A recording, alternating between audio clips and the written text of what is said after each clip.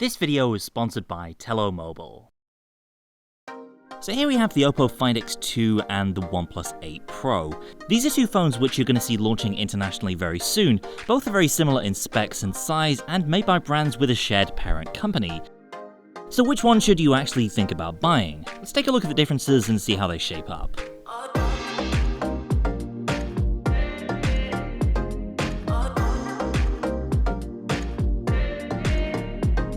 First up, the basic physicality of these phones. They're very similar sizes, officially they're 6.7 and 6.78 inches diagonally, but side by side there's very little in it.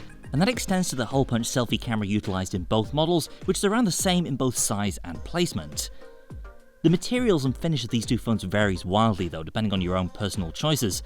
On the OnePlus side, you'll be getting matte brushed glass unless you go for the more boring glossy black option, and on the Oppo side, the Find X2 Pro is available in vegan leather, basically fancy plastic, but a material that gives it a unique feel and helps with grip. There's also a ceramic finish if you want a more traditional look and feel in this phone. On paper, the Find X2 Pro is the heavier of the two, though this will of course depend on which back panel option you go for. Either way, the difference in weight is not that noticeable. Both phones also boast IP68 water and dust resistance for added peace of mind, and both have excellent biometrics with face unlock and fast reliable in-screen fingerprint. Core specs are pretty similar too, with a Snapdragon 865 powering the show and 5G support included as standard. There's a slight edge in RAM and storage for the Find X2 Pro, although Oppo misses out on dual SIM support in the West if that's something that you care about.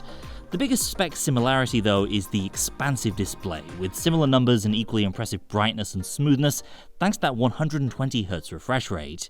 In fact, it wouldn't surprise me if this was literally the same panel being used in both devices, it is that similar. Both even have basically the same feature for upscaling lower frame rate content to a silky smooth 120 FPS.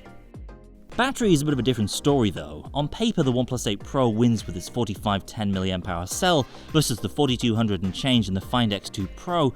That's not an insignificant difference, but using these two side by side, I haven't really noticed much of a battery life deficit in the Find X2 Pro. Both devices have performed very similarly, getting me a full day with around 4 to 5 hours of screen on time, and you can of course extend that by limiting yourself to a 60Hz refresh rate in either model. More meaningful difference here though lies in how you actually charge these phones. The Oppo Find X2 Pro lacks wireless charging, which is disappointing, but its wired charging speeds are next level fast. With the bundle's 65-watt charger, you'll go from dead to 100% in just over half an hour, so expect to be able to get a usable day's charge in a very short amount of time, even if you wake up with the battery level in the danger zone. On the OnePlus side, you of course get that larger battery, but with slower charging speeds over a cable. That said, OnePlus's Warp Charge 30T is still impressively quick, as is the ability to get those speeds over wireless charging now with the new Warp Charge wireless dock. That's a revelation in terms of fast wireless refills.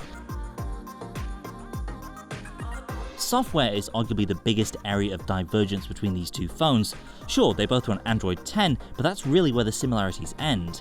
ColorOS and OxygenOS are both very pleasant to use, but with very different design languages, feature sets, and priorities. OnePlus's software prioritizes a clean look and feel and speed above all else. It's about as close as you can get to a Google Pixel experience in a phone that doesn't ship with pure Android. OnePlus gives you features like Zen Mode to help you decompress from the digital world. There are countless customization options as well, and closer integration with a lot of Google services like Assistant and Photos.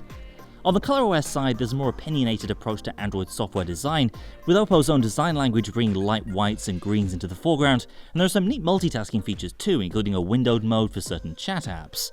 It's also worth considering each brand's update track record here as well. OnePlus has consistently been very fast to update its devices to new Android versions, whereas in the past, Oppo has taken a few extra months to work in ColorOS features. So basically, don't expect the Find X2 Pro to get Android 11 anywhere near as fast as the OnePlus 8. The biggest feature difference outside of software has to do with the camera setup, and it's the clearest example here of what your extra money gets you in the Find X2 Pro. While both phones share the same main camera sensor and a similar ultra-wide shooter, the big gain on the Oppo side is the 5x telephoto, which holds up pretty well even in 10x hybrid zoom mode. With the OnePlus 8 Pro, you get a 3x telephoto that's barely changed from last year's OnePlus 7 Pro. The Find X2 Pro's extra zoom capabilities let you get closer to your subject, capturing photos that often don't look like they were taken with a smartphone. The extra versatility that you can get from this is pretty huge. By comparison, picture quality from the OnePlus telephoto camera often tails off at around 5x. Outside of zoom, picture quality from both phones' cameras is extremely similar on account of the common camera hardware lurking inside. The differences, such as they are with the ultra-wide and standard cameras, are more about the intricacies of how each phone processes the image. OnePlus tends to output images that look a little darker, whereas Oppo favors brighter images even if this occasionally means that shadows get a bit over-brightened. Both camera apps are pretty full-featured too, with dedicated night modes and excellent software video stabilization at up to 4K resolution. Before we wrap up, a word from this video's sponsor, Tello. Are you ready to lower your phone bill for yourself, for your spouse, or your teen? With Tello, the average phone bill falls under $20 a month, plus you can change your phone plan at any time with no fees whatsoever. Tello is designed to save you money and has something for everybody.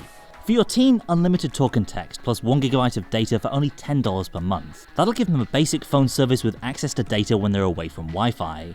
For the average American, unlimited talk and text plus 4GB of data for only $19 a month to fully enjoy their phone without overpaying for what they don't use. And for the data-hungry professional, unlimited talk, text and data for $39 a month. Unlike most MVNOs, all Tello plans include free hotspot.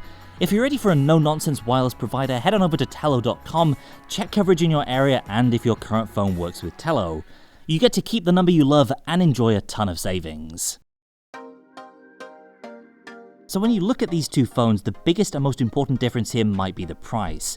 If you're buying unlocked, you'll likely find the Find X2 Pro on sale for a couple hundred extra of your local currency compared to the OnePlus 8 Pro, and so you'll be forced to ask yourself if that extra zoom level on the camera, the extra storage and base RAM, and the faster charging are really worth the pretty significant bump in price.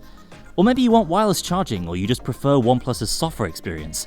I couldn't blame you there. There's a reason OxygenOS frequently ranks among the top Android skins, and so there's really no wrong answer here. Personally though, I'm more than willing to trade in the wireless charging and slightly smaller battery for the extra versatility that Oppo's camera setup gets me. That's it for now. Stay tuned and subscribe to Android Central here on YouTube, and check out our video reviews of both these phones for more detail. Thanks for watching, and I'll see you next time.